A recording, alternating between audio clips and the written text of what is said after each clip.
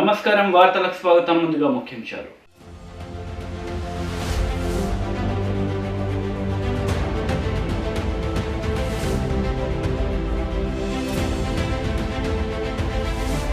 వికలాంగులకు battery Honda Activa వాహనాలను పంపిణీ చేసిన ప్రభుత్వ విప్ గంప గోవర్ధన్.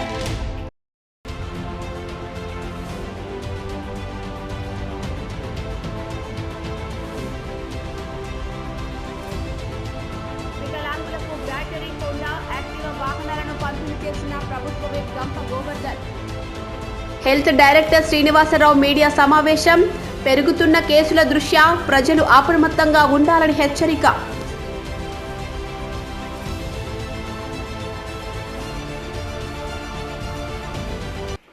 వికలాంగులకు బ్యాటరీ హోండా యాక్టివ్ వాహనాలను పంపిణీ చేశారు ప్రభుత్వ విప్ గంప గోవర్ధన్. వికలాంగులకు బ్యాటరీ హోండా యాక్టివా వాహనాలను పంపిణీ చేసిన ప్రభుత్వ విప్ గంప గోవర్ధన్.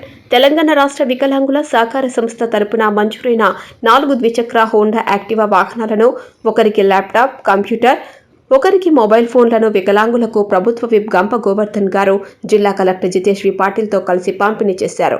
ఈ సందర్భంగా ఆయన మాట్లాడుతూ, ప్రభుత్వం ప్రవేశపెట్టిన సంక్షేమ పథకాలను సద్వినియోగం చేసుకుని వికలాంగులు సంతోషంగా ఉండాలని అన్నారు. ఈ కార్యక్రమంలో తెరాస పార్టీ రాష్ట్ర నాయకులు నిట్టు వేణుగోపాలరావు, మైనార్టీ సెల్ రాష్ట్ర అధ్యక్షులు ముజిబుద్దీన్, కామారెడ్డి పట్టణ అధ్యక్షులు Prabhakar Reddy, market committee chairman Lakshmi Sailu, TRS party నాయకులు, కార్యకర్తలు పాల్గొన్నారు. వికలాంగుల కార్పొరేషన్ ద్వారా 4 బ్యాటరీ స్కూటర్స్ వెహికల్స్ ఇవ్వడం జరిగింది. ఒక్కొక్కటి 90,000 రూపాయల వర్తున్నటువంటిది 4 ఇవ్వడం జరిగింది. 3,60,000 రూపాయలు. అదేవిధంగా ఒకరికి బ్యాటరీ వీల్ చైర్ కూడా ఇవ్వడం జరిగింది. 60,000 రూపాయల కాస్ట్ని అది ఇవ్వడం జరిగింది. అదేవిధంగా సోదరులు మన దోమకొండకు చెందినటువంటి కదిరే కృష్ణస్వామి కార్తిక్ ఒక ల్యాప్టాప్ 35,000 రూపాయల వర్తగల ఒక ల్యాప్టాప్ ఇవ్వడం జరిగింది. నాందాపూర్కి చెందినటువంటి రెడ్డికి సామ్సంగ్ స్మార్ట్ ఫోన్ కూడా ఇవ్వడం జరిగింది 9,000 రూపాయల వర్తుతోని. మొత్తం 4,64,000 రూపాయలతోని 4 బ్యాటరీ స్కూటర్స్, అదేవిధంగా ఒక బ్యాటరీ వీల్ చైరు, ఒక ల్యాప్టాప్, ఒక స్మార్ట్ ఫోన్ ఇవ్వడం జరిగింది. వికలాంగులకు గౌరవ ముఖ్యమంత్రి కేసీఆర్ గారు తెలంగాణ వచ్చిన తర్వాత చాలా రకాలుగా ఆదుకోవడం జరిగింది. వాళ్ళను నెల పెన్షన్స్ కూడా 500 పెన్షన్ను ఇలా 3,016 రూపాయలు చేసి ఆదుకోవడం జరిగింది. ఇంకా ఇలాంటి వారు ఎవరైతే ఉన్నారో భవిష్యత్తులో మిగిలిన వారికి కూడా ఇవ్వడం జరుగుతుంది. గతంలో బ్యాటరీ సైకిల్. వరంగల్ నుండి బీజేపీ రాష్ట్ర అధ్యక్షుడు బండి సంజయ్ మీడియా సమావేశం నిర్వహించారు. ప్రభుత్వ తీరుపై ఆయన మండిపడ్డారు. ఫలానా టైంకు ఈ రాష్ట్రంలో ఉంటా, ఫలానా టైంకు ఈ జిల్లాలో ఉంటా, ఫలానా టైంకు ఈ జిల్లాలో ఉంటా అని చెప్పాడు. ఈయన షెడ్యూల్ ఏమంటే ఇస్తాడు. ఎందుకంటే ఈ షెడ్యూల్ ఇస్తే పొద్దున్న 10 గంటలు ఇస్తాడు. లేచే టైము, తాగే టైము, తినే టైము, పండే టైము, టైం పాస్ చేసిన అవే షెడ్యూల్ వస్తాయి రోజు అతను. కానీ ఒక బాధ్యతాయుతమైనటువంటి పదవిలోని రాష్ట్ర ముఖ్యమంత్రి బాధ్యత రహితంగా ఇలా వ్యవహరిస్తూ ఉద్యోగస్తులను, ఉపాధ్యాయులు ఇబ్బంది పడుతూ వాళ్ళు పడుతున్న ఇబ్బందులను పట్టించుకోకుండా, కనీసం వాళ్ళ సమస్యలు వినకుండా ఒక పద్ధతి, ఒక ఆలోచన లేకుండా ఇష్టానుసారంగా వాళ్ళని ఇబ్బంది పడుతున్నారు. తల్లిదండ్రులు రోజు మాట్లాడడానికి కారణం అదే. తల్లిదండ్రులు ఇబ్బంది పడుతున్నారు, పిల్లలు ఇబ్బంది పడుతున్నారు, ఉద్యోగస్తులు ఇబ్బంది పడుతున్నారు. ఈ డిప్రెషన్ పోతున్నారు. అందరూ కూడా డిప్రెషన్, అనారోగ్యం గురవుతున్నారు చాలా మంది. మహిళ ఇక్కడ పోయి ముత్తారం లాస్ట్ బాటలో పడ్డది, ఏడుస్తుందా నేను ఆ వీడియో చూపండి మీడియా సమావేశాల్లో. ప్రెసిడెన్షియల్ ఉత్తర్వులలో ఏమొచ్చింది, దాన్ని ఏం పేర్కొన్నారు, నువ్వు 36 నెలల పాటు ఎందుకు టైం పాస్ చేసినావు, ఆధారబాధారుగా దానికి అనుగుణంగా 371 జీవో ఎందుకు జారీ చేసినావు, దానివల్ల కనీసం సమస్యలు ఎందుకు తెలుసుకుంటలేవు, నీకు వచ్చిన రిక్వెస్ట్లను, దరఖాస్తులను ఎందుకు పరిశీలిస్తలేవు, సీనియారిటీ లిస్టు ఎందుకు నెగరలేదు, ఎందుకు తప్పుదలగా ఉన్నది. వీటి మీద రాష్ట్ర ముఖ్యమంత్రి మళ్ళీ డిమాండ్ చేస్తున్నా. నువ్వు స్పందించకుంటే నువ్వు స్పందించే విధంగా ఆందోళన చేస్తాం. మేము పక్కా చేస్తాం, వదిలిపెట్టే ప్రసక్తి లేదు. అవకాశం మాకు ఇవ్వకు. మీరు రాజకీయం కోసమో మైలేజ్ కోసం మేము పనిచేస్తలేము. నువ్వు రాక్షసంగా మానవత్వం లేని మానవ మృగంగా వ్యవహరిస్తున్నావు కాబట్టి ఇలా భారతీయ జనతా పార్టీ ఉద్యోగస్తులకు అండగా ఉంటుంది. సరే అందరికి న్యాయం చేయాలంటున్నాం మనం. అందరికీ న్యాయం చేయి, ఎవరికి ఇబ్బంది కాకుండా చేయి. దానికి మనం సహకరిస్తాం, తప్పకుండా సహకరిస్తాం.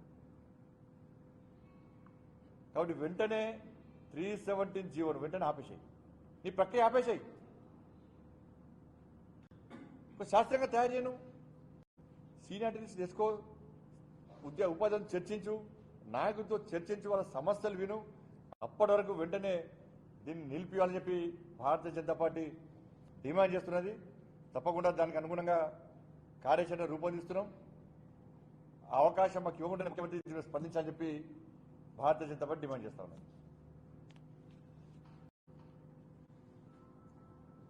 అన్న సమస్య లేదు, సమస్య ఉన్నట్టు చిత్రీకరించే ప్రయత్నం చేస్తుంది. ఎందుకంటే ఇప్పుడు తెలంగాణ రాష్ట్రంలో ఉద్యోగుల ఇష్యూ చాలా బర్నింగ్ ఇష్యూ. నిరుద్యోగ యువత ఉద్యమం చేయడానికి సిద్ధమయ్యారు, ఉద్యోగం ఎక్కడానికి సిద్ధమయ్యారు. దీన్ని డైవర్ట్ చేయడానికి ప్యాడీ ఇష్యూ అంటే వచ్చింది. ఏం ఇష్యూ చెప్పాలి రాష్ట్రంకి? ఇష్యూ ఎక్కడ చెప్పాలి కదా. కేంద్ర ప్రభుత్వం కొంటలేదు అన్నాడు, కొనాని ఇక్కడ ఇప్పిందా అని చెప్పి అడిగిన. చెప్పాలి, కొనానికి నువ్వు ఇప్పిందా? ఎక్కడ చెప్పలే. రాజ్యసభలో మా పీయూష్ గోయల్ గారు క్లియర్గా చెప్పారు, రా రైస్ పక్కాగా ఉంటాం, రా రైస్ పక్కాగా ఉంటాం, కొనడానికి మేము సిద్ధము. కొనేదే కేంద్ర ప్రభుత్వమే, ఈయన కొనేదే ఉంటాడు. అయినా అందులో 7 సంవత్సరాల. Warangal police commissioner Tarun Joshi media సమావేశం నిర్వహించారు. నేరగాళ్లను సరైన పకడ్బందీ ప్రణాళికలతో పట్టుకుంటున్నట్లు తెలిపారు. Thank you. Kidnapping cases, last year we had 151, this year 174. Now all these are technical kidnappings, mostly minor girls kidnapping undi mostly. Almost all these cases are detected cases. Endukante the minor girls below 18 years unte, suppose the boys are taking them for whatever purpose, so that will be booked under kidnapping. The minor girls unte below 18 years, all these cases against children, they will be booked as kidnapping cases only. Attempt to murder cases have come down from 79 to 68. That is about down by 11. One major increase is among the road accidents. Last year total 984 road accidents jarigindi. This year the road accidents have gone up to 1106. And I will come to the individual figures kuda adi cheptanu, the how many fatal, how many non-fatal, injuries enta manchiki vachindi, adi I will tell the full details also. Crime against women kuda perigindi. Last year 638 cases report ayindi. This year we are having 845 cases, which is an increase of 200 plus. 207 cases mako ee samvatsara increase ayindi. In these, most of the cases, the increase in harassment against women. So mostly the women harassment, the domestic harassment, the domestic violence booked under 498A IPC or Section 4 of DP Act. Section 3 and 4 of DP Act, mostly 3 actually. DP Act, those are the major cases in which the domestic violence, domestic harassment for dowry. Rape cases kuda perigindi. Out of last year 71, this year it has gone up to 85. The dowry deaths, last year the 7 report ayindi. This year the number is 10. And general molestation cases have come down from 63 to 253 this year. So these are the major heads of the crime. Coming to the individual road accidents, the Chepianu already that this year we had more number of road accidents. 1106 cases have been reported. In these 1106 cases, 426 deaths have taken place, which means 426 fatalities. So in the 1106 law, last year the number of deaths was 386, and this year it is 426, which means there is an increase of 40. So that is why memo the road safety ki focus chesamu madhyalo, and we will continue to focus in the coming year also. The injured persons kuda, the non-fatal accidents kuda perigindi. Last year total injured persons was 950. This year it is 1150. So in both categories, the road accidents, overall road accidents rate of increase is 11%. The number of deaths, the rate is 9.94%, which is nearly 10% increase in the deaths. And injured persons also, there's an increase of 14%. So this is regarding the road accidents.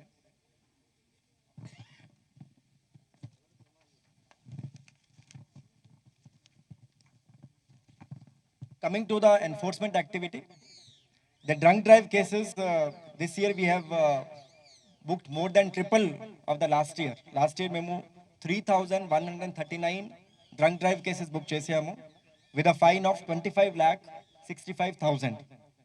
This year, the number of drunk drive cases is 11,980, which is close to 12,000 actually. So it has gone up by more than 3.5%. So we have really focused on this drunk drive road accidents. Fine kuda last year 25.65 lakh. This year it has gone up to 65 lakh 68,000.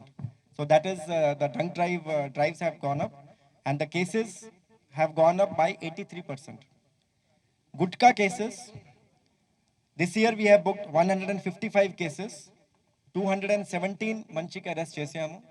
Along with the drive against ganja, we are also putting in all our efforts to make Warangal drug free as well as Gutka free. So 217 people were arrested, and Gutka were 62,83,000 have been caught.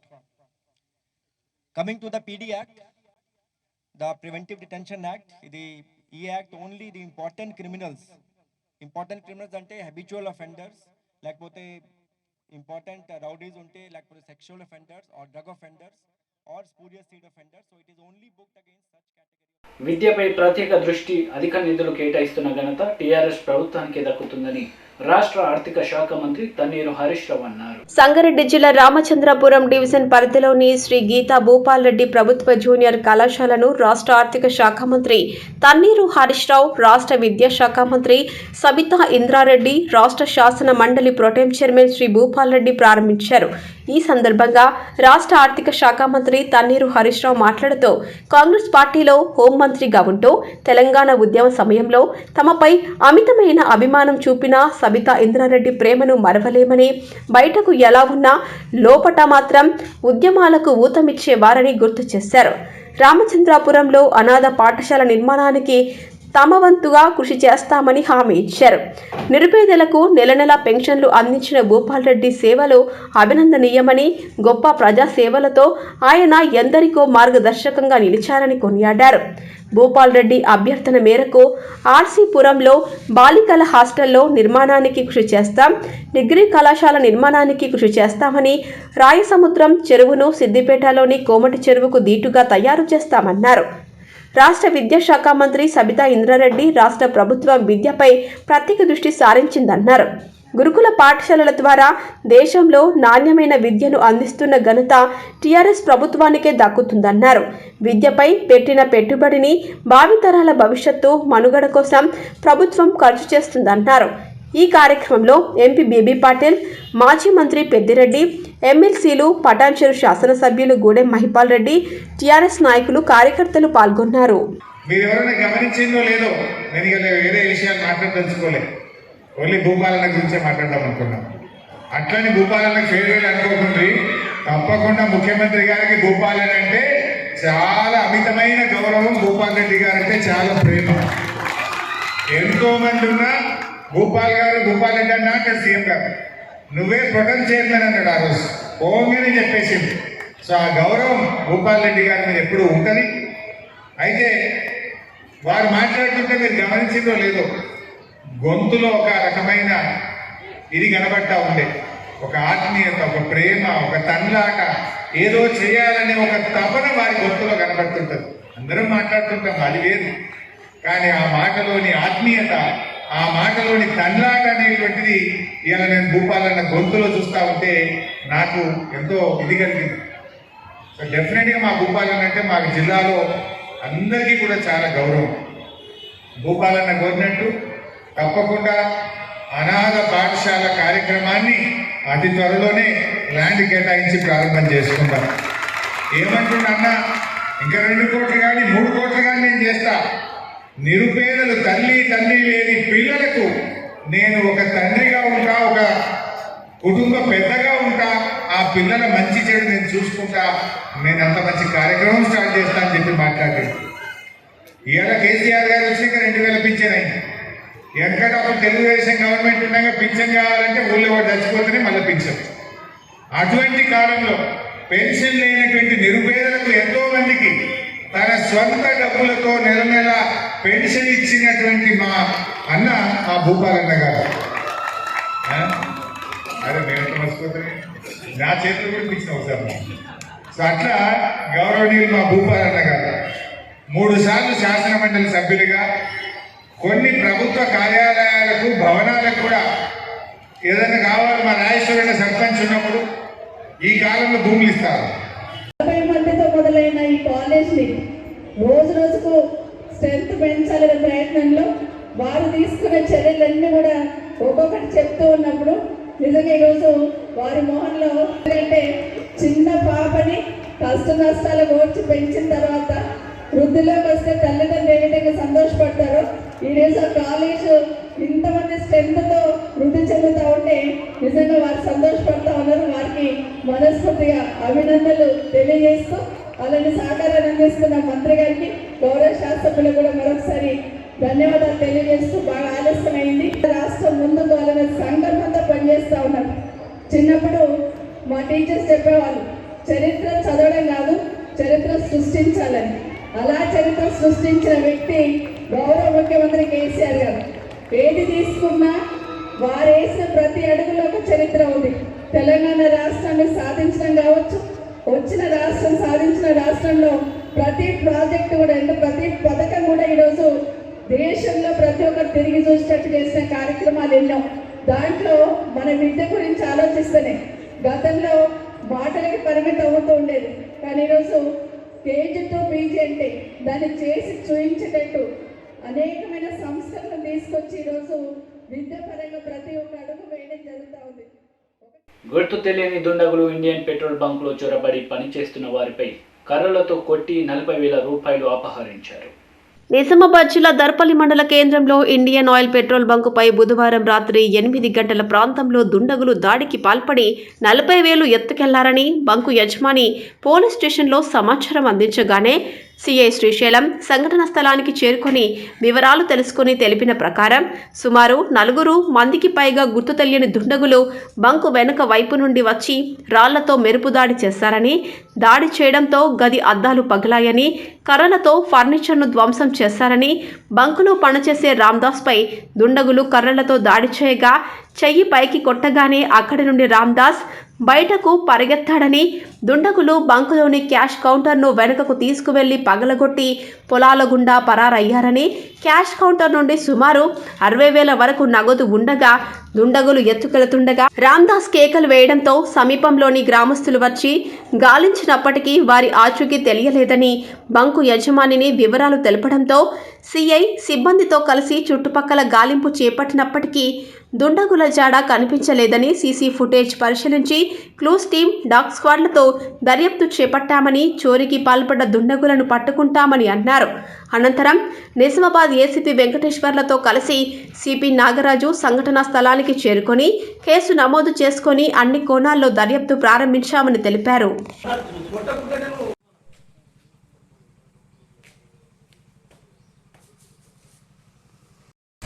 రాత్రి దర్పల్లి మండల కేంద్రంలో Indian petrol bunk Darpalli అవుట్స్కట్స్లో ఉంటుంది, ఇందలవాయి రూట్లో 8 గంటలకు గుర్తు తెలియని ఆగంతకులు petrol bunk back side నుంచి, petrol bunk back side అంతా ఐసోలేటెడ్ ఏరియా ఉంటుంది, బ్యాక్ సైడ్ నుండి సడన్గా వచ్చి ఆ పెట్రోల్ బంక్లో పనిచేస్తున్న వాళ్ళను బెదిరించి దానిలో ఒక వ్యక్తిని కర్రతో కొట్టి చేతి మీద బెదిరించి లాకరు క్యాష్కి సంబంధించిన టేబుల్ తీసుకొని పోయి బ్యాక్ సైడు సుమారుగా ఒక 47,000 రూపాయలు 44,000 రూపాయలు ఎత్తుకొని వెళ్ళినారు. దీనిపై పెట్రోల్ బంక్ యజమాని కంప్లైంట్ ఇస్తే ఫిర్యాదు మీద కేసు. మంత్రి కేటీఆర్ నేడు గ్రేటర్ హైదరాబాద్లో పర్యటించారు. స్ట్రాటజిక్ నాలా డెవలప్మెంట్ ప్రోగ్రాం ఎస్ఎన్డీలో భాగంగా నాలా రిటైనింగ్ వాల్ నిర్మాణ పనుల ప్రారంభానికి నేడు శ్రీకారం చుట్టారు. పోయిన సంవత్సరం అక్టోబర్ నెలలో వర్షాలు విపరీతంగా పడ్డప్పుడు కుంభవృష్టి మాదిరిగా హైదరాబాదులో మేఘాలు ఆకాశం చిల్లుబడ్డదా అన్నట్టు వర్షం పడ్డప్పుడు ఈ మొత్తం హుస్సేన్ సాగర్ సర్ప్లస్ నాలా ఏదైతున్నదో హుస్సేన్ సాగర్ కింది నుంచి మూసి దాకా పొంగి ఆనాడు ఈ నల్లకుంట ప్రాంతంలో ఇంకా కిందికి అంబర్పేట ప్రాంతంలో చాలా పెద్ద ఎత్తున అశోక్ నగర్లో కానీ ఇంకా పైన ముషిరాబాద్లో కూడా చాలా పెద్ద ఎత్తున ప్రజలు ఇబ్బంది పడ్డ విషయం మీ అందరికీ కూడా గుర్తుంది. ఆ సమయంలో ఇదే నల్లకుంటకి ఆనాడు నేను మున్సిపల్ శాఖ మంత్రిగా గౌరవ ఎమ్మెల్యే గారి విజ్ఞప్తి మేరకు ఇక్కడికి వచ్చి చాలా ఇండ్లు ఇక్కడ తిరిగి చూసి ముఖ్యంగా ఈ నాలా విషయంలో స్థానికులతో కూడా మాట్లాడడం జరిగింది. మాట్లాడినప్పుడు వారందరూ ఒకటే చెప్పినారు, అన్న అక్కడి నుంచి ఇక్కడి వరకు హుస్సేన్ సాగర్ దిగువ భాగం నుంచి మూసి వరకు రెండు వైపులా మీరు రిటైనింగ్ వాల్ కనుక నిర్మాణం చేస్తే 12 కిలోమీటర్లు ఉంటుంది. మొత్తము 6 కిలోమీటర్లు అటు 6 కిలోమీటర్లు ఇటు 12+ కిలోమీటర్లు ఉంటుంది. ఈ 70 ఏళ్లలో 3 కిలోమీటర్లు కూడా కనీసం రిటైనింగ్ వాల్ కట్టలేదు. కనీసం మన ప్రభుత్వం, మన నాయకుడు, మన ముఖ్యమంత్రి కేసీఆర్ గారి నాయకత్వంలో దీనికి శాశ్వత పరిష్కారం చూపండి, తప్పకుండా చూపితే ఈ ప్రాంతంలో ఉండే వేలాది మంది ప్రజలకు రిలీఫ్ దొరుకుతుంది, ఉపశమనం కలుగుతుందని చెప్పి విజ్ఞప్తి చేయడం జరిగింది. ఆ తర్వాత గౌరవ ఎమ్మెల్యే గారు వెంకటేష్ గారు, గౌరవ ఎమ్మెల్యే ముఠా గోపాల్ గారు అంబర్పేటలో కానీ ముషిరాబాద్లో కానీ ఎన్నో వాడకట్లు, ఎన్నో గల్లీలలో నీళ్లు వస్తే ఇళ్లలోకి ఇంటింటికి తిరిగి అక్కడ వారిని పరామర్శించి ఎక్కడికక్కడ తక్షణ పరిష్కారం కింద కొంత ప్రయత్నం చేసినారు. కానీ అల్టిమేట్గా వారిద్దరు కూడా వచ్చి నన్ను, మంత్రి గారు శ్రీనివాస్ యాదవ్ గారిని కలిసి, అన్న శాశ్వత పరిష్కారం కావాలంటే మాత్రం ఏ రకంగానైతే రోడ్ల మీద ఒక మంచి కార్యక్రమం తీసుకున్నామో, రోడ్లను వ్యూహాత్మకంగా అభివృద్ధి చేయడానికి స్ట్రాటజిక్ రోడ్ డెవలప్మెంట్ ప్రోగ్రామ్ SRDPని తీసుకున్నామో, వ్యూహాత్మక రోడ్ల అభివృద్ధి కార్యక్రమం తీసుకున్నామో, అదే పద్ధతిలో హైదరాబాద్ మహానగరానికి శాశ్వతంగా చికాకు పోవాలి అంటే నాలాలను కూడా ఒక వ్యూహాత్మకంగా తీసుకొని ఒక పద్ధతి ప్రకారం దశల వారీగా చేసుకుంటూ పోవాలని చెప్పి వారితో పాటు మన మిత్రులందరూ కూడా విజ్ఞప్తి చేయడం జరిగింది. చేసిన తర్వాత మంత్రి శ్రీనివాస్ యాదవ్ గారు, నేను హెల్త్ డైరెక్టర్ శ్రీనివాసరావు మీడియా సమావేశం నిర్వహించారు. పెరుగుతున్న కేసుల దృష్ట్యా ప్రజలు అప్రమత్తంగా ఉండాలని సూచించారు. మన రాష్ట్రం కూడా ప్రపంచంలో ఇతర దేశాల్లో ఏదైతే పరిణామ క్రమాలు జరుగుతున్నాయో వాటికి అనుగుణంగా ఇక్కడ కూడా రాబోయే రోజుల్లో కేసుల సంఖ్యలో మరింత పెరుగుదల మనం చూడబోతూ ఉన్నాం. ఎస్పెషల్లీ వచ్చే 2 నుంచి 4 వారాలు మనకి చాలా కీలకమైనవి, మన దేశానికి కానివ్వండి, మన రాష్ట్రానికి కానివ్వండి. ఎందుకంటే ఎస్పెషల్లీ ఈ వేరియంట్ చాలా వేగంగా వ్యాప్తి చెందే కూడా ఉంది. మనం ఇంతకుముందే అనుకున్నాం, ఇంతకుముందు డెల్టా కంటే కూడా ఇది 6 రెట్లు వేగంగా విస్తరిస్తుందని చెప్పేసి, కొన్ని పరిశోధనల ప్రకారం ఇది 30 రెట్లు వేగంగా కూడా విస్తరిస్తుందని చెప్పడం మనం చూస్తున్నాం. ఎందుకంటే మనం అమెరికానే ఎగ్జాంపుల్ తీసుకుంటే ఒక 3 రోజుల క్రితం, 4 రోజుల క్రితం 1,00,000, 2 లక్షలు ఉన్న కేసులు ఈరోజు ఒకే రోజు 5 లక్షల పైగా కేసులు రిపోర్ట్ అవడం మనం చూస్తున్నాం. అలాగనే సౌత్ ఆఫ్రికాలో అలాంటి పరిస్థితులే చూసాం. ఎస్పెషల్లీ UK అండ్ ఇతర యూరోపియన్ దేశాల్లో కూడా మనం అలాంటి పరిస్థితులే చూస్తున్నాం. రాబోయే రోజుల్లో కూడా ఈ 3rd వేవ్, దీన్ని మనం 3వ వేవ్కి ప్రారంభానికి సూచిక అని చెప్పుకోవచ్చు. ఇది ఆరంభానికి ఒక సూచిక అని చెప్పుకోవచ్చు. సో ఈ కేసులు పెరుగుదల జరుగుతూ ఉంటుంది. మనం దీనికి అంతగా భయపడాల్సిన అవసరం లేదు. ఎందుకంటే మనం లాస్ట్ టైం 2 వేవుల్లో నుంచి నేర్చుకున్న పాఠాలతోని ఈ 3rd వేవ్ని అరికట్టడం కోసం దానికి సంబంధించిన ఏదైతే చర్యలు చేపట్టాలో, ఈ ప్రిపేర్నెస్ ఏదైతే ఉందో, అండ్ ఇది 2 రకాల ప్రిపేర్నెస్. ఒకటి, మన ప్రజలు ఫస్ట్ వేవ్, సెకండ్ వేవ్ నుంచి వాళ్ళు ఏదైతే జాగ్రత్తలు తీసుకోవాలో ఆ జాగ్రత్తలు తీసుకుంటూ కాపాడుతున్నారు. అలాగనే ప్రభుత్వం పరంగా, వైద్య ఆరోగ్య శాఖ పరంగా ఏదైతే చర్యలు చేపట్టాలో, అది టెస్టింగ్ పరంగా కానివ్వండి, సర్వేలెన్స్ పరంగా కానివ్వండి, ట్రీట్మెంట్ పరంగా కానివ్వండి, హాస్పిటల్ బెడ్స్ పరంగా కానివ్వండి, అన్ని విధాలుగా మనం సంసిద్ధులమే ఉన్నాం ఈరోజు. సో ప్రజలు ఎలాంటి ఆందోళనకు గురి కావాల్సిన అవసరం లేనప్పటికీ, బట్ అప్రమత్తతో, మరింత జాగ్రత్తతో వచ్చే 2 నుంచి 4 వారాలు మనం ఉండాల్సిన అవసరం ఉంది. అండ్ ఇది కూడా ఏదైతే 3rd వేవ్ వస్తుందని మనం అనుకుంటున్నామో, ఆ 3rd వేవ్ ఏదైతే ఆరంభమైందని మనం చెప్పుకుంటున్నామో, ఇది కేవలం కొద్ది కాలం మాత్రమే మనం ఎక్స్పీరియన్స్ చేయబోతున్నాం. అతి కొద్ది రోజులు లేదా అతి కొద్ది వారాల్లోనే హైయెస్ట్ స్పైక్ చూడబోతున్నాం. ఇంతకుముందు ఎప్పుడూ చూడనంత స్పైక్. ఎందుకంటే మన ఇండియా ఆల్మోస్ట్ ఒక సింగిల్ డేలో 5 లక్షల కేసులు రిపోర్ట్ అవ్వడం మనం చూసాం. మన తెలంగాణ రాష్ట్రం 10,000 కేసులు పైగా ఒకే రోజు రిపోర్ట్ అవ్వడం చూసాం మనం. రాబోయే రోజుల్లో ఇది 5 రెట్లు లేతే మరింత కూడా పెరిగే అవకాశం ఉంటుంది. అలా అని చెప్పి దానికి తెలంగాణ విశ్వవిద్యాలయంలో ఘనంగా SFI 52వ ఆవిర్భావ వేడుకలు జరిగాయి. SFI జెండాను ఎగురవేసిన యూనివర్సిటీ అధ్యక్షురాలు లతా పాటిల్ షిండే. ఈరోజు భారత విద్యార్థి federation SFI Telangana university committee ఆధ్వర్యంలో ఎస్ఎఫ్ఐ 52వ ఆవిర్భావ వేడుకలు ఘనంగా నిర్వహించడం జరిగింది. ఈ సందర్భంగా యూనివర్సిటీ కార్యదర్శి కొమ్మిరం శ్రీశైలం మాట్లాడుతూ ఎస్ఎఫ్ఐ 1970లో ఆవిర్భవించి నేటికి విద్యార్థుల సమస్యలపై అలుపెరగని పోరాటంతో ఛాంపియన్గా నిలుస్తోందని అన్నారు. అదేవిధంగా విద్యను కాషాయీకరణకు వ్యతిరేకంగా శాస్త్రీయ విద్యా విధానం కోసం ఎల్లప్పుడూ కేంద్ర రాష్ట్ర ప్రభుత్వాలపై పోరాటాలను నిర్వహించడం జరిగిందని గుర్తు చేశారు.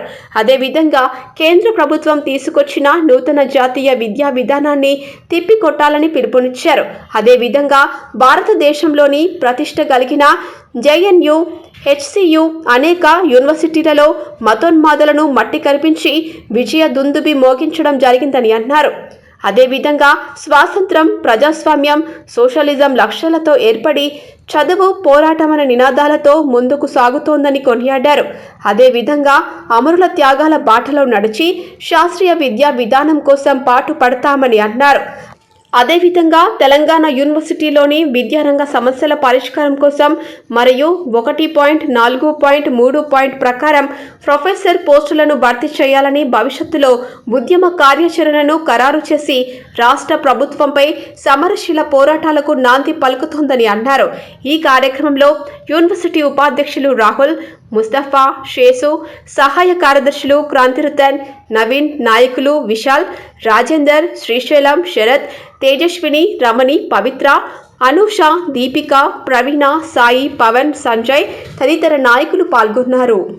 సమస్యలపైన మన పోరాటాలు అలాంటి ఇవాళ ఎంతో మంది త్యాగదనులు ఎస్ఎఫ్ఐలో పనిచేసుకుంటూ ఇవాళ చాలా మంది విద్యార్థులు అమరవీరులుగా అయిన పరిస్థితులు ఏదైతే కొందరు గుండాలతో ఇవాళ మన విద్యారంగ సమస్యల మీద కొట్లాడుతుంటే ఇవాళ ఓర్వలేని రాడికల్స్ కావచ్చు, మతోన్మాదులు కావచ్చు, ఇవాళ విద్యార్థుల పైన దాడులు చేసి చంపిన పరిస్థితి ఉంది. ఇవాళ అందులో భాగంగానే ఇవాళ తెలంగాణ రాష్ట్రంలో ఒక నారాయణ కావచ్చు, ఒక లక్ష్మీ నరసింహ కావచ్చు, మన నిజామాబాద్ జిల్లాలో భారతక్క అని చెప్పి విద్యారంగ సమస్యల మీద పోరాటం చేస్తే వాళ్ళది ఆంధ్రప్రదేశ్, యాక్చువల్గా అక్కది ఆంధ్రప్రదేశ్.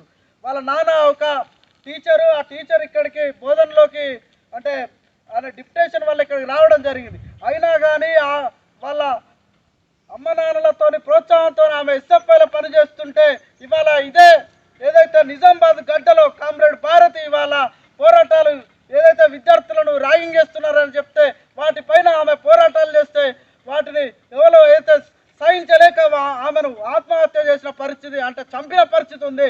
ఇవాళ ఎస్ఎఫ్ఐ నిరంతరం విద్యార్థుల పక్షాన విద్యారంగ సమస్యల మీద పోరాడడానికి ఆమె ఒక నిఘంటువుగా మనకు భారతక్క కనబడుతుంది. అందులో భాగంగానే ఇవాళ నారాయణ కావచ్చు, వరంగల్లో చనిపోయిన నారాయణ కావచ్చు, మహబూబ్ నగర్లో లక్ష్మీ నరసింహ కావచ్చు, ఎందరో త్యాగధనుల ద్వారా ఇవాళ ఎస్ఎఫ్ఐ ఇవాళ పురుడు పోసుకుంది. పేద విద్యార్థి అంతర్జాతీయ దివ్యాంగుల దినోత్సవం ముగింపు వేడుకలు ఘనంగా జరిగాయి.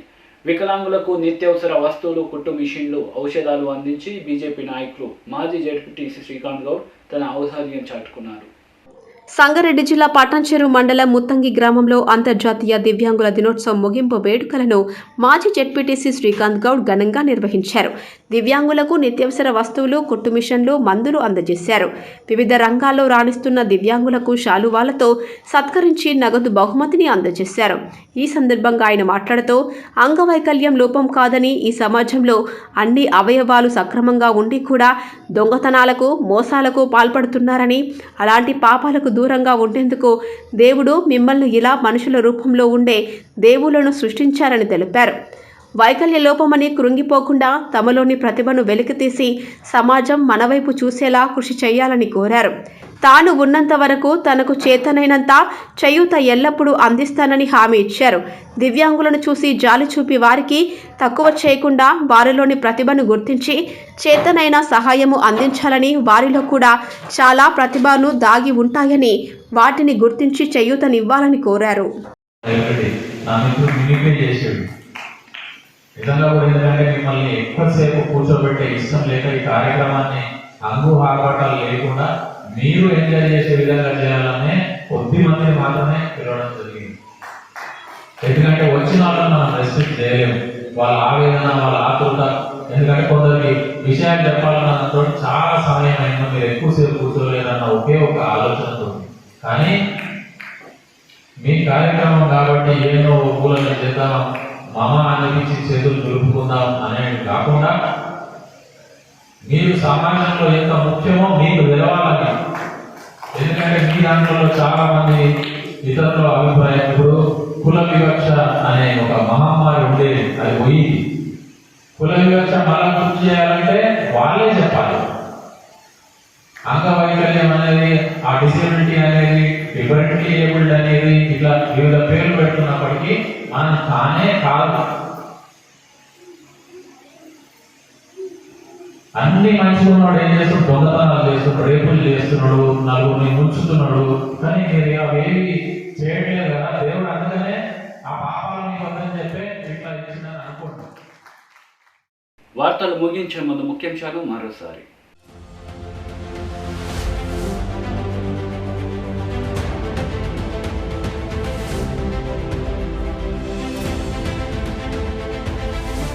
వికలాంగులకు బ్యాటరీ హోండా యాక్టివా వాహనాలను పంపిణీ చేసిన ప్రభుత్వ whip Gampa Govardhan.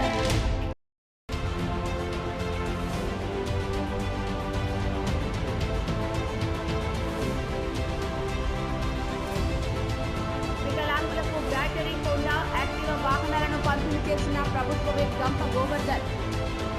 Health director Srinivasarao media సమావేశం. పెరుగుతున్న కేసుల దృష్ట్యా ప్రజలు అప్రమత్తంగా ఉండాలని హెచ్చరిక.